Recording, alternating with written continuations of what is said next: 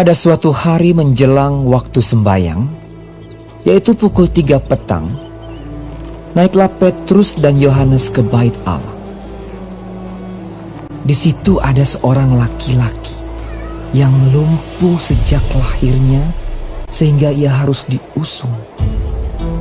Tiap-tiap hari orang itu diletakkan dekat pintu gerbang bait Allah yang bernama Gerbang Indah untuk meminta sedekah kepada orang yang masuk ke dalam bait Allah.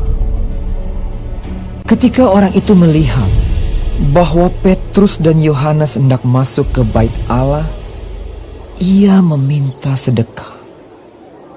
Mereka menatap dia.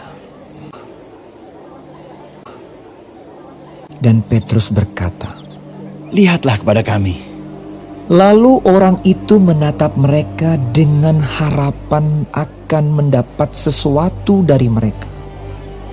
Tetapi Petrus berkata, "Emas dan perak tidak ada padaku, tetapi apa yang kupunyai, kuberikan kepadamu.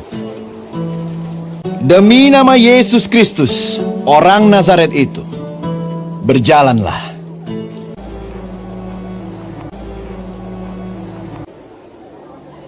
Lalu ia memegang tangan kanan orang itu dan membantu dia berdiri. Seketika itu juga kuatlah kaki dan mata kaki orang itu. Ia melonjak berdiri lalu berjalan kian kemari, berjalan dan melompat-lompat serta memuji Allah. Dan mengikuti mereka ke dalam bait Allah. Karena orang itu tetap mengikuti Petrus dan Yohanes, seluruh rakyat itu melihat dia berjalan sambil memuji Allah. Lalu mereka mengenal dia sebagai orang yang biasanya duduk meminta sedekah di gerbang indah bait Allah. Sehingga mereka takjub dan tercengang tentang apa yang telah terjadi padanya. Maka seluruh orang banyak yang sangat keheranan itu datang mengerumuni mereka di serambi yang disebut Serambi Salomo. Petrus melihat orang banyak itu lalu berkata, "Hai orang Israel, mengapa kamu heran tentang kejadian itu? Dan mengapa kamu menatap kami seolah-olah kami membuat orang ini berjalan karena kuasa atau kesalehan kami sendiri? Yaitu Yesus.